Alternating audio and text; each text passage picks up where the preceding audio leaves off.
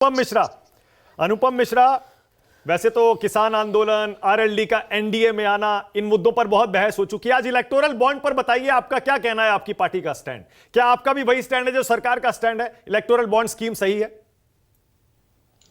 मानव जी, बहुत बहुत शुक्रिया आपका।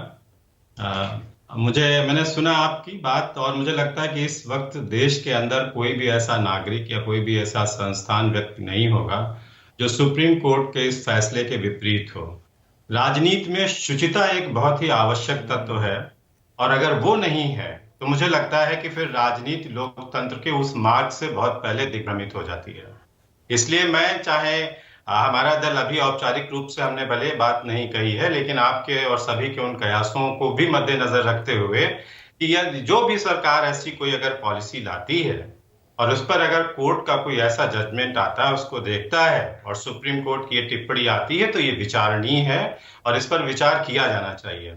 दूसरा, मुझे लगता है कि ये राजनीतिक दलों के ऊपर सबसे बड़ी जिम्मेदारी है कि उन्हें राजनीति में शुचिता के बहुत ही उच्च मानक स्थापित करने की आवश्यकता है।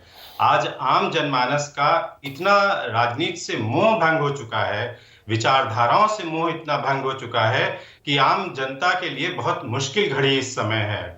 और रागिनी जी ने बहुत अच्छी बात कही, मैं उनकी सुन भी रहा था बातों को, लेकिन मुझे थोड़ा सा लगा रागिनी जी ये नहीं बता पाई कि जब इनकी पार्टी को इलेक्टोरल बॉन्ड से पैसा मिल रहा था तो मैंने कांग्रेस पार्टी के किसी भी बड़े नेता से ये नहीं सुना कि वो ये कहता कि भाई नहीं ये गलत है, या वो अपनी तरफ से कोई एक ऐसी ट्रांसपेरेंट एक ऐसा कोई व्यवस्था बनाते कि लोगों को पता चलता।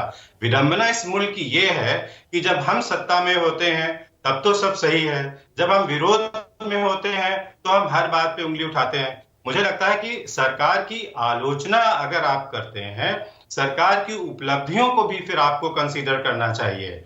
और इस वक्त ये जिम्मेदारी सिर्फ भारतीय जनता पार्टी, कांग्रेस या राष्ट्रीय लोकदल या समाजवादी पार्टी की नहीं, लोकतंत्र में जितने भी राजनीतिक इस समय दल हैं, ये जिम्मेदारी उन सब के ऊपर है। ठीक है, बहुत बढ़िया अनुपम। की व्यवस्था का समर्थन करना चाहिए। ओके अनुपम, मैं दाद दे रहा हूं आपकी कि एनडीए में आ रहे हैं या आ गए हैं, दोनों में से कुछ भी मान लीजिए, उसके बावजूद आपने कहा कि हम इस बात से बिल्कुल सहमत हैं, सुप्रीम कोर्ट ने जो कहा और यह फैसला बिल्कुल सही है, यानी पता लगना चाहिए कौन किसको कितना पैसा दे रहा है। आपने बिल्कुल सही सवाल उठाया कि कांग्रेस पार्टी अगर विरोध कर रही थी इलेक्टोरल बॉन्ड्स का और सिस्टम नहीं था तो अपनी तरफ से बता देती कि भैया हमें यहां से इतना पैसा मिला है। बिल्कुल सही है, पर आपने बताया था क्या? आरएलडी ने बताया था क्या?